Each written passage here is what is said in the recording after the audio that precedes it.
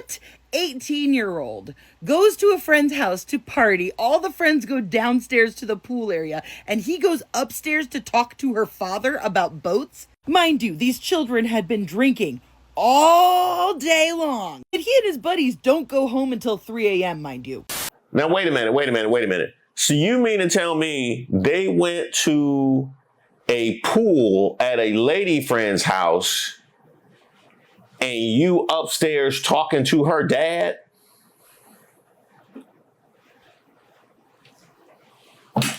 I've never seen that. I've never seen that. I have literally, in all the pool parties I've ever been to, and all of the friends that I have ever met up with, at no point did I ever choose to be upstairs with her dad. That is, I didn't choose it. I might have been called upstairs because of, you know what I mean, I was making it weird outside, you know what I mean? Or maybe they were asking me to go home. I might have been called upstairs. I definitely didn't choose to.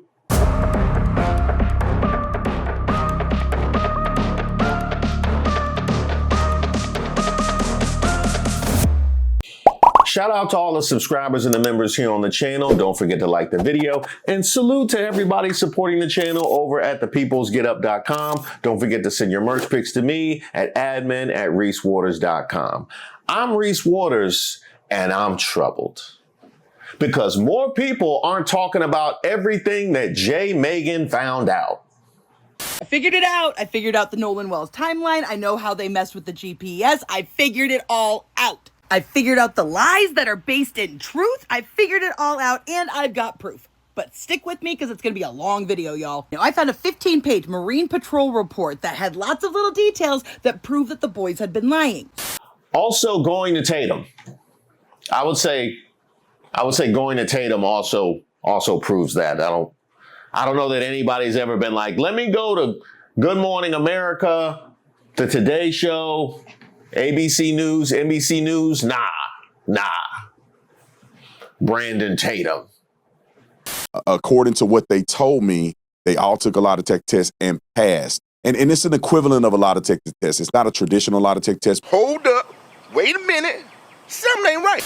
I'm sorry, come again. And it's an equivalent of a lie detector test. The equivalent of a lie detector? The equivalent of a lie detector test? Nancy Grace, you better get him. You better get him. But it's the same theology. Hold up. Theology. Wait a minute. Something ain't right. At 1:30 in the morning, the initial Lieutenant Odom with the Jackson County Sheriff's Office said that his deputies spoke with several of the friends who traveled to the island on the vessel with Nolan. And they said that he left in the company of an unknown female and that he chose to remain on the island. So what was the next step? Did you guys ever engage with police? Or? Yeah, so the first time I talked to the police was July 7th. I talked to the lead investigator, and I told him my whole story top to bottom. Dot every I, crossed every T. I told them everything I knew, every little detail. Well, that's a lie now, isn't it, Warren? Because you talked to them at 1:30 in the morning that night. I mean, did you just forget to tell the cops about Katie? Because it's not like you didn't know it was her or you didn't know how to get in contact with her. The girl that he was with, Katie, had texted somebody that she heard people yelling. Correct. Nolan yelling. Yeah, and I have a picture of that. She texted my buddy, and the next day everybody was panicking. Everybody's texting Katie, because she was obviously seeing Nolan the whole day at the island. Katie sent a message to my buddy the next day and said, this last time I saw him, he's really sweet. But she also mentioned that the last time she saw Nolan was when my buddy was yelling at him to get on the boat. But Katie says that she assumed that she went on the boat after y'all were yelling at him. And let's not forget that the last time you saw him was 3. Well, the last time I saw Nolan was 3 o'clock. And Nolan was cradling a girl in his arms. Cradling a girl. That's all he said was cradling a girl? That's all we get? The man lost his life. We're not covering for him with his girlfriend. We need some details. If not, that's mighty suspicious, ain't it? And yet for some reason around noon, the name of another girl who hadn't even seen Nolan in a year was given to the patrol to go interview, saying that she was with that group, not Katie. They also gave the name of a couple of other friends who they weren't able to get in contact with. And despite having a picture of a text message from Katie, funny how you didn't share that with Officer Tatum. Brandon Tatum. They didn't share that picture with you, huh? I wonder why.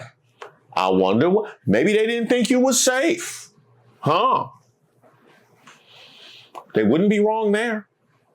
Probably could have cleared up some stuff real quick, right? Now let's get to the data. Now, at about 1:30 on July 5th, they were doing a flight of drones based on the relation of the last known anchor position of the Atkinson vessel, which I have documented right here. 4:30, Officer Strickland contacted Jennifer Pyrone, who was Wyatt's mother, who told them that he had already spoken to officers earlier in that day, but they were happy to cooperate with any investigation. And she let this officer take a picture of the GPS. Officer Strickland observed the track line showing Pyrone's vessel location on Horn Island, then gave coordinates. I'm going to need you to remember this exact phrasing. It's going to be important later on. Now, this was the GPS coordinates from the picture that the officer took, meaning that these coordinates had to be a different one that was verbally given over the phone by Wyatt.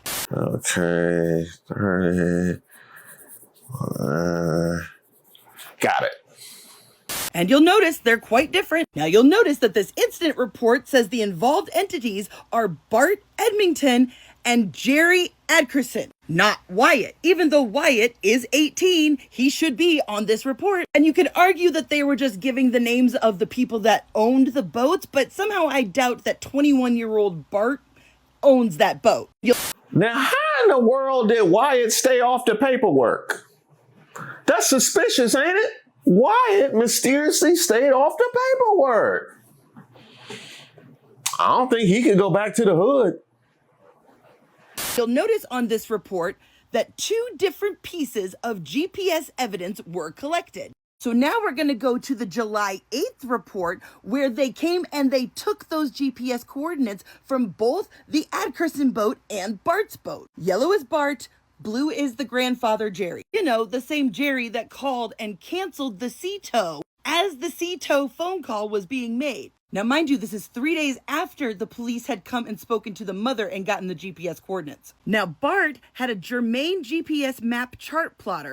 Jerry's boat also contained a germane GPS map chart plotter. Now, I had to look up the difference between waypoints, tracks, and routes. So waypoints mark specific spots. Routes connect them in a planned order, and tracks record your actual path. Now, according to that GPS data, there is no movement from 11 to 4:30, but we know that that's not true. Warren has never been able to logically explain how they ended up so far away from the shore. Because according to him, he said at 3 o'clock, that was the last time he saw Nolan, Bart was trying to yell at him to get on the boat. His brother got into a fight, so he got his brother to come over there. That's when he saw that it was all sinking, because he said this. There's a lot of people on, so it drags water in, and eventually, I think over time we were out there for a couple hours, the boat just started filling up with water. So I popped the starboard side hatch, and the battery was completely underwater. Yes, but according to Warren, he had just seen Nolan, like neck deep, cradling a girl at the boat next to them. So how did they end up in 31 feet of water at the 4 o'clock call? There's an hour in between that. If the battery is submerged, how would they even get away from the sandbar? You can see in the background of this picture, they are far away from people. And yet this GPS is saying that you were stationary the whole time. But why?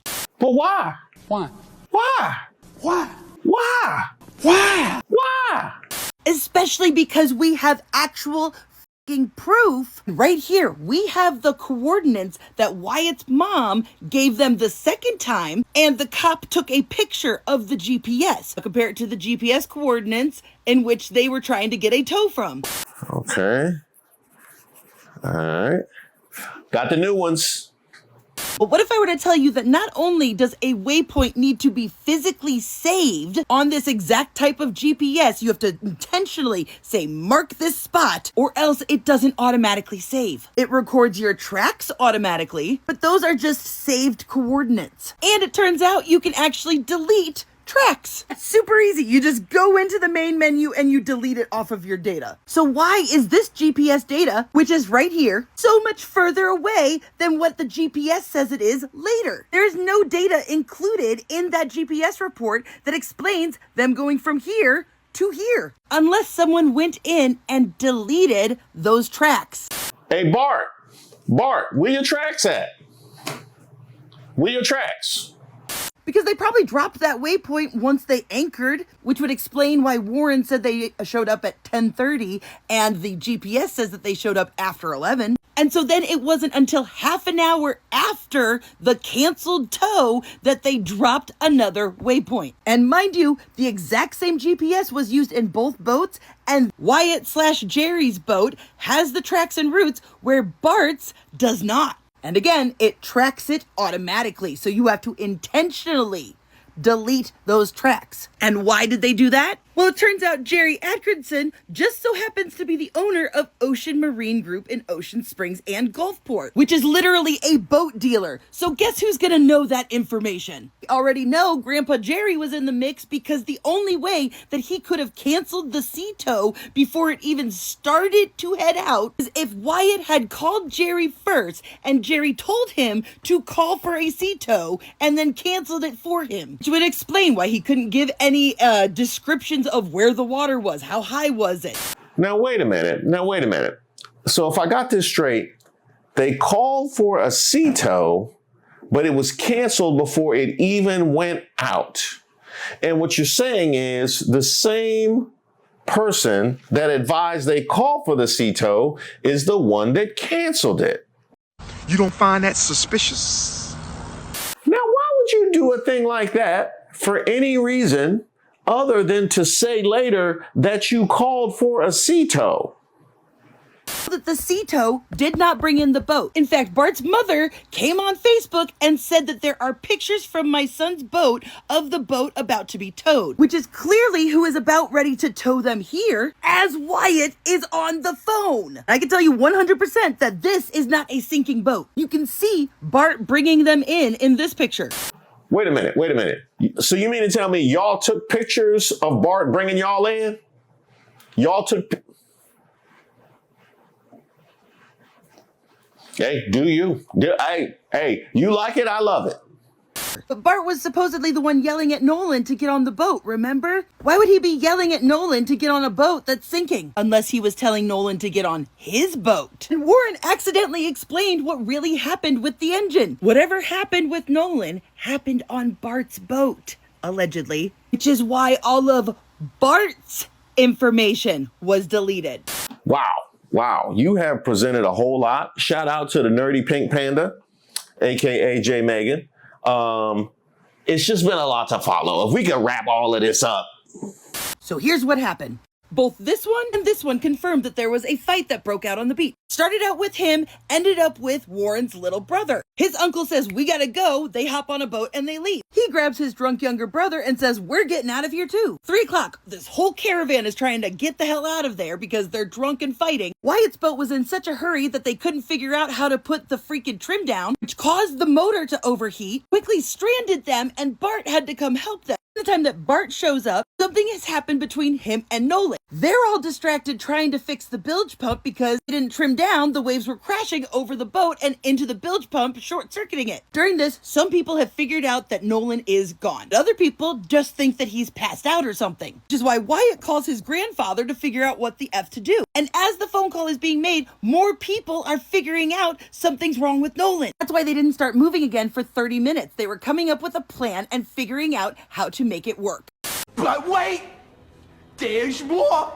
There were 3 boats in their group that day: Palm Beach, the Triton, and the Tideline. Warren said they got there at 10:30, even though the GPS said that they dropped their waypoint at 11:19. He said the Tidecraft, the Palm Beach, and the Triton were all anchored up next to each other. At 3 o'clock, he gets into a fight with some stranger who didn't like the way that he was talking to his girlfriend because, I mean, look at the way he was talking in this interview. I don't blame them. And they had a fist fight. His uncle was like, we're getting the hell out of here. Oh, I believe that. I definitely believe that. When I saw that backwards hat, I knew he probably get into a lot of fights. I could see that. Yeah. I remember at one point in time, I look over and I see my uncle, and my uncle's yelling at me to get in the boat. I stopped fighting. As soon as me and him made eye contact, I got in the boat. Then Warren says that his brother was also involved in the same fight. He'll come up to me and say, hey, your brother just got in a fight. Wait a minute. Warren's brother was involved in the fight with backwards hat guy? Was they jumping? Was they jumping?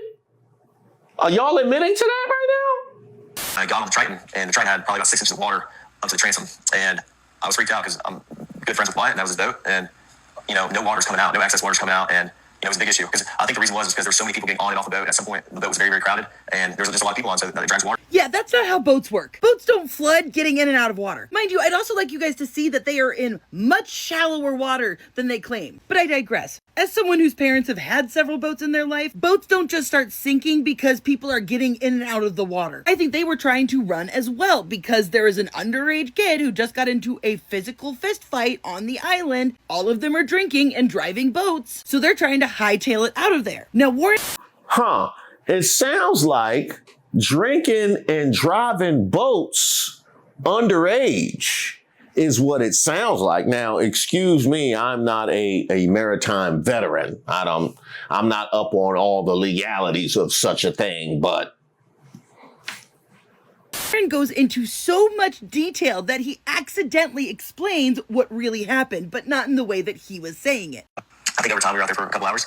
The boat just started filling up with water, so I popped the starboard side hatch, and the battery was completely underwater, and so the motor wouldn't turn down. I mean, my buddy would go to turn it down from the console, and it turned down, and then it come right back up. Now, trimming the motor means they move the propeller closer to the transom and it lowers the bow, which means they can drive through choppy water without risking that choppy water to come into the boat. Failing to trim your boat up and taking off at a high speed can not only overheat very quickly and cause it to short, but if waves are high, it won't cut through the wake and it will cause the boat to porpoise and possibly have rough, choppy waters get on your boat. trim up versus trim down. So, I mean, on the way out there, it was pretty calm. I think it was blowing like 3 or 4 knots. I mean, the waters were clear. It was a great day to be on the water. Sunshine, not cloudy at all. And I mean, it was a great day to be out there on 4th of July. And so, I mean, we followed each other out, and I mean, it was calm. It was calm. On the way back, it was a little more rough, but it was not anything on my buddy's boat's going to handle, or like it wasn't like we were getting beat, really beat. Now, as you can see, it is tilted up here in the back, and look how low the front is. He admitted that they hit choppy water at one point, so not that hard of a stretch to think that the water started coming over the boat, and that's when they were in trouble. That's when the bilge pump stopped working. Because Warren, when they claimed that they were leaving and he was jumping into action because it was sinking, he says this. Maybe disabled to where you couldn't get it out from Horn Island. So what happens after that? Wyatt jumps the water, tries to throw a rear anchor, and my buddy Byron, you're sitting looking, trying to pull trash out the bilge, and the bilge is basically a pump that pulls the water, the access water out of the boat. So the bilge was failing to work. So any access water just sitting in the boat wasn't getting pumped out. So I looked over the gunnel and I looked at the release hole for the bilge. It was eating with the water. So I mean, we're all freaking out. All of our, we're not focused on anything else other than the boat. Well, then eventually, my buddy Bart on the timeline is like, "I'm gonna pull you all out." So even though they were still on the island, he jumps out and throws out an anchor? Why did they pull the anchor up to begin with if they were sinking? If they were sinking, why was Bart offering to tow them out? Why would they risk being that close to the island and that close to ground to sink out further? Because again, look at how shallow of water these boats are in. So what I suspect is that everybody just hauled ass and left, but because the trim was not going down, it overheated, that stalled out, then the crashing waves were freaking everybody out. But even Warren couldn't keep his story straight or his timeline straight, because then listen. All of our, we're not focused on anything else other than the boat. Well, then eventually, my buddy Bart on the timeline is like, "I'm gonna pull you all out." So we're around all this, all this chaos. We left at 4:30 and there were still just as many people there, if not more, than when we got there. I mean, probably around the same amount. It was crazy. Like, there was a lot of people. And I mean, eventually, Bart pulls us out. We left at 4:30, but we really weren't pulled out away from everybody.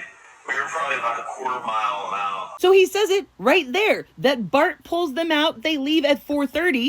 And you may be thinking, well, he pulled them after. He towed them after, but... Out. We left at 4:30, but we really weren't pulled out away from everybody. We were probably about a quarter mile out, and we had the towing strap pulled from, Bart's port side cleat, or starboard side cleat, and he was on our starboard side bow. And so he was rubbing on his power pole. So Bart turned around, pulled up next to our boat, and we were just trying to get situated. So that's when Wyatt called Tito. We know that phone call was around 4 p.m. to the private towing company. Now, in my last video, I went into detail with the Bart, the fight, all of that stuff, the discrepancies between like the neck of water and then suddenly being in 31 feet of water, etc. I'm going to skip over that. Now, the last data point for the GPS was at about 8 o'clock that night. So then they go over to a female friend's house to go to the pool. And yet, instead of joining his friends in the pool, this is what Warren did. At a lady friend's house. Right. I never got to the pool. I talked to her dad for a while, and I mean, all my friends were downstairs. I went upstairs, talked to her dad. We were talking about boats and stuff, and I've been with my friends all day. I was just talking to everybody, but So you talked to the young lady's dad, and then how long was it before you realized, or you guys realized that, well, where's Nolan at? I mean, All right, well, now I got to stop your ass, because what 18-year-old goes to a friend's house to party, all the friends go downstairs to the pool area, and he goes upstairs to talk to her father about boats? Mind you, these children had been drinking all day long. And he and his buddies don't go home until 3 a.m., mind you.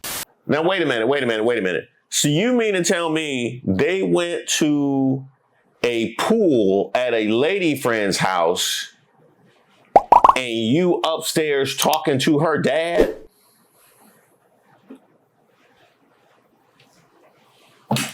I've never seen that. I've never seen that. I have literally, in all the pool parties I've ever been to, and all of the friends that I have ever met up with, at no point did I ever choose to be upstairs with her dad. That is, I didn't choose it. I might have been called upstairs because of, you know what I mean, I was making it weird outside, you know what I mean? Or maybe they were asking me to go home. I might have been called upstairs. I definitely didn't choose to. Now, I know it's been a while since I've been 18, but that's a long day in the hot, in the sun, drinking. Sounds to me like you were talking to this dad to help with the story. And then you go downstairs and your friends just so happen to be talking about Nolan, and then you're like, oh my God, I should call the Coast Guard. Oh, so it was right when you come outside that all of a sudden everybody starts talking about Nolan. Huh. Well, that's convenient now, isn't it? That is convenient. That didn't come up when you was upstairs talking to the dad at all. I went back downstairs, and all my friends were just hanging out, and my buddy Wyatt had addressed, talk about Nolan. And I was like, well, where is Nolan? Have y'all heard from him? It just seems pretty convenient that after his powwow upstairs with the father of his friend, he comes downstairs and then all of a sudden they start talking, have you seen Nolan? No, I haven't seen Nolan. Have you seen Nolan? Maybe we should call this person. We should call his mom. Almost seems like they actually go back downstairs after talking about what they should do about the situation with the dad, or whatever it is they were really doing at that time, came downstairs and started talking about Nolan publicly so that everybody at the party could be organic witnesses to when the conversation happened. Because he kept contradicting himself. He kept saying, I wasn't too worried about it, but then also we know that they can kill people. But also, maybe I would just call the Coast Guard, just to make sure it's okay. I'm so mad I didn't save it, but in one of these interviews, they said that Katie was supposed to come to the party with them later, which is why Nolan said he was going to hang back with her. So why would they dry snitch to their friend's mom before getting in contact with Katie? So as I was making this video,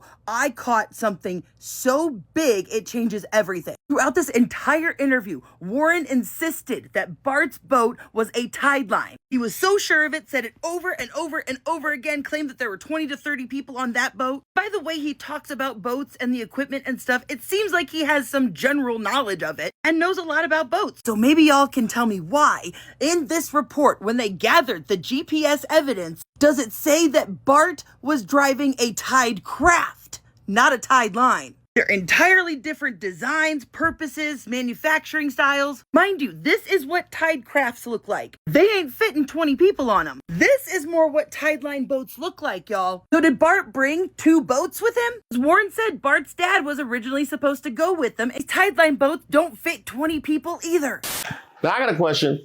Now, are we sure that there wasn't a 4th boat out there? Not only have I found more evidence of a 4th boat, not only have I found a lie in their timeline, but I have also discovered a deep political connection, not only to a former governor of Mississippi, but to Turning Point USA. Wait, I'm sorry. You said connected to a former governor of Mississippi and TPUSA? Man, TPUSA can't stay out of nothing. Y'all can't stay out of nothing. Y'all have something to do with the reflecting pool? Off, this picture has surfaced in which it's clearly the group of boats a little bit further out in the water altogether. Now here's what is supposedly Bart's boat. We can see the Garmin on top. We can confirm this black boat from this other picture. We can see Wyatt's Triton right here, and we can confirm that by the motor. As you can see right here, has that black stripe on the white motor. Wait. Pull that photo up one more time. I want to check something. Nope, no other black people. Nope, I don't see none. Now, in between the two boats is the Palm Beach. You can clearly see it labeled, and it's got that stripe, right? As you can see, the stripe is there, and yet there's this design right here and no Palm Beach. And you may be like, Jay, that doesn't prove that it's a different boat. Maybe we just can't see it, even though it should be right there, according to this picture. But if you look in this video, you can see that there is a black propeller right there. See black propeller, and you can very clearly see the Palm Beach right there on the side. And if you look really carefully in this photo, you can see right there a black propeller. There's another boat on the other side of these three boats. And given the lack of the name on the boat and the black propeller, I'm going to assume the Palm Beach is on the other side, which means there's 4 boats right here. Then I rewatched Warren's interview. And I woke up at my buddy's house, and we went to McDonald's, got food. No one was not with me. And I went and got breakfast. I had my buddy's boat hooked up to my truck. And, well, first I ran to my house, then I went to McDonald's and came back. And the boat was already hooked up to my truck. My buddy Wyatt and I went, and with my buddies, and we went, filled the top of the boat off, loaded it down with ice, and just got everything ready. Then Wyatt went and put his smaller boat in the water, which is the Palm Beach. He's an 18-foot Palm Beach, and I drove the boat from Fort Bayou Boat Launch to my buddy's grandparents' house, and that's where we all planned to meet up that day. So Wyatt had his buddy's boat already hooked up to the back of his truck. He said he and Wyatt and his other buddy went and got ice and filled up the boats. And Wyatt went and put the Palm Beach, his smaller boat, into the water. And we know that there was a second boat, the Triton, that was driven by Wyatt. Wyatt had 2 boats in the water. Who was driving his other boat? Nolan was on Wyatt Pyron's 22 Triton. On the way out, I went with my buddy Bart because we had a lot of friends from college coming down, and I called Bart that morning. I was like, "Hey man, can you take your boat out?" And he was like, "Yeah, well, my dad's decided not to go, and I'll take the boat and I'll take you and your friends." Of course, I mean, he's a buddy of mine. And so Bart pulled up at the dock, and I mean, I rode out there with Bart and a lot of the girls that go to college with my friends and I, and Nolan rode out on the Triton, and then we had a Palm Beach, 18 Palm Beach. There was 4 guys on that. There was like 8 people on the Triton, and then there was 8 or 9 people on the Triton, and then there was the rest of the group, which was probably ranged from maybe 10 to 15 or 16 people. Now wait a minute. So Warren already had a boat hooked up when he woke up that morning. I'm assuming that had to be the Triton that was hooked up, right? Then he said that Wyatt went and put his smaller boat, the Palm Beach, into the water. Then Warren said that he was the one who drove the Palm Beach to their friend's dock. Assuming that Wyatt drove the Triton to the dock and Bart drove his own boat to that dock, who drove the Palm Beach out to the water then? Because he said that he got a ride in with Bart, even though at one point during the interview he said all of his stuff was on the Palm Beach. So it sounds to me like Warren was the one driving the Palm Beach. I'm also like, what parent would let their kid, who's obviously going off to party, take 2 of their boats and let their drunk friends drive? Like, it isn't making sense to me. I mean, maybe these parents are just shitty parents and irresponsible. Well, we have already seen the drinking and the driving of the boats, not to mention the fights, and that's just the stuff we admitting to. So I guess that's how they was raised. There are more GPS coordinates in the report than what we have seen publicly. I'm going to play you a clip from the interview, but remember, at 5:30 is when they started picking up regular speed, all right? It's right here, 525, speed miles, 30 to 35 knots. So here we go. Planed off, and you have water in the boat, and you're hauling, we're going pretty fast. We're going probably 40, 42 miles an hour. And so all that excess water that was built up in the boat is coming out of the boat.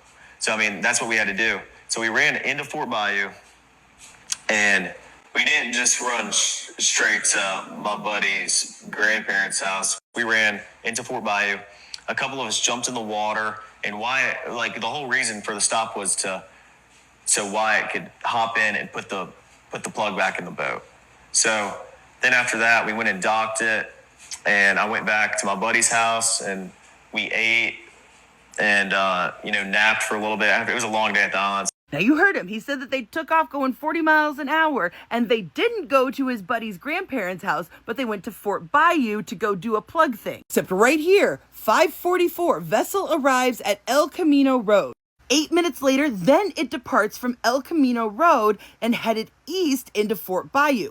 So right there we have a lie. The boat did stop before going into Fort Bayou. 6 minutes later, it comes back to El Camino Road, and the vessel departed El Camino Road half an hour later, headed southwest to St. Martin Bayou, and then turned southeast into Biloxi Bay Bridge. Then they went back to the Bayou boat launch. Then the boat was taken to Cardinal Lane, which was Wyatt's residence. Now, because I am an absolute genius, I was able to find it. This was where they left and where they came back that day, then came back several times. Now, first off, why aren't we seeing footage of them returning that day? We know that Nolan was with them when they left, so why do they have the security cams from that morning, but not that night? Wait. Did you say they came back several times? They came back several times.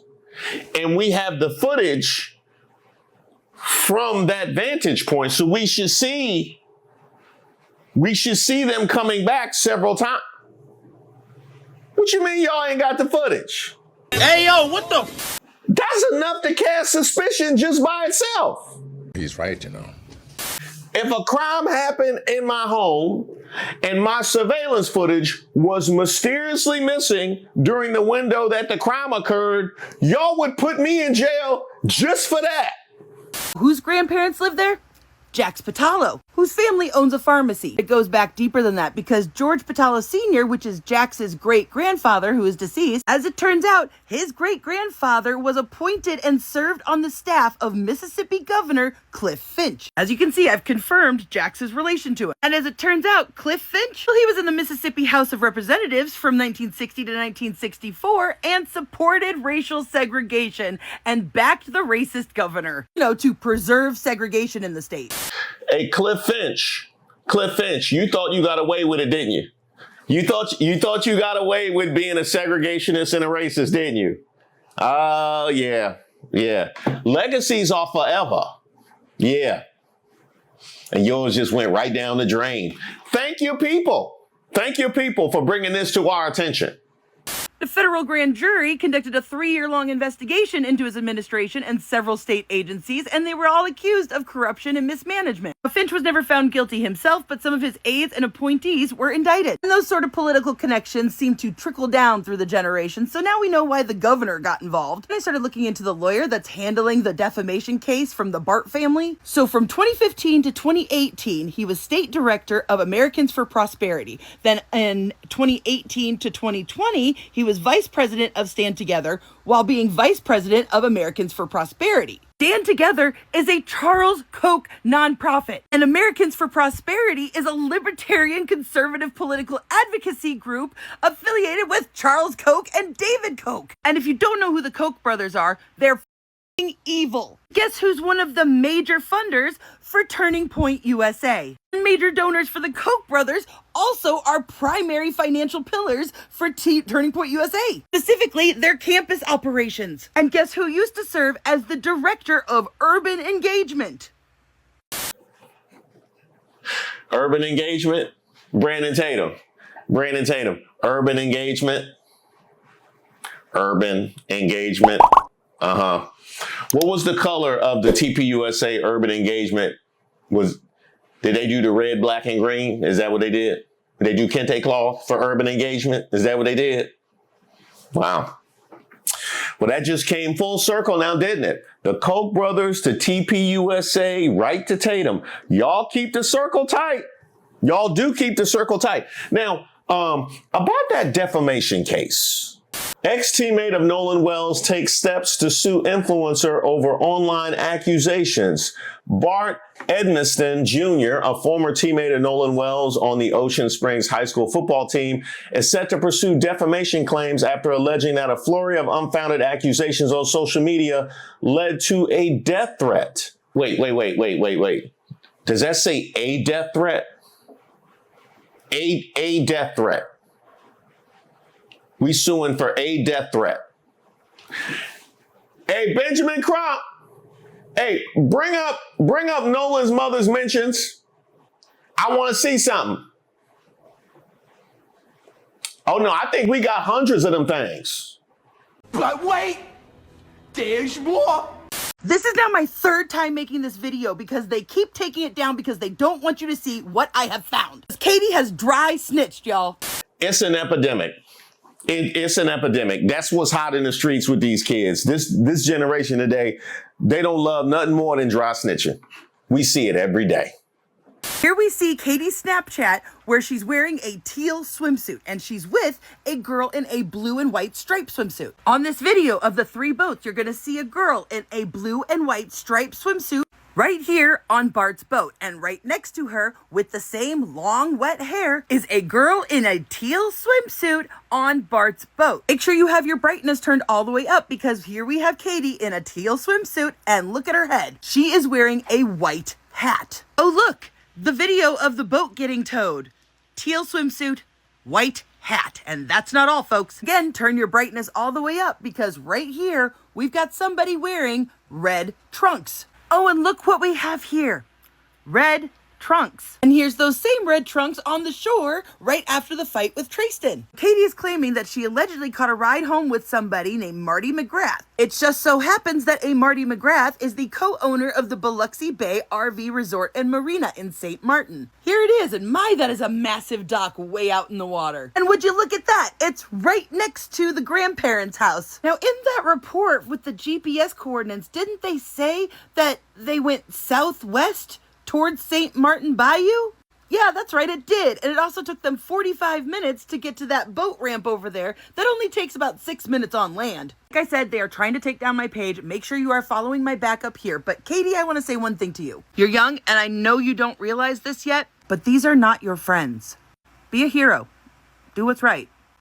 Well, I won't hold my breath. That's for sure. I will not hold my breath. That's the way that's going to go. But I definitely appreciate all that J. Megan, the nerdy pink panda, was able to outline and illuminate right there. Somebody should tell the authorities. You know what I mean?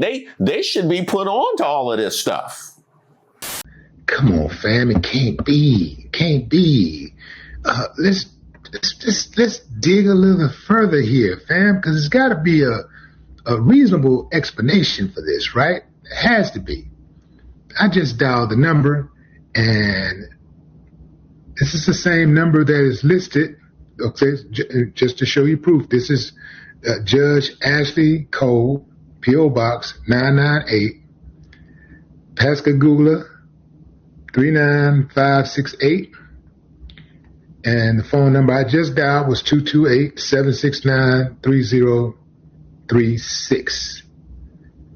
That is Judge Ashley Cole's phone number.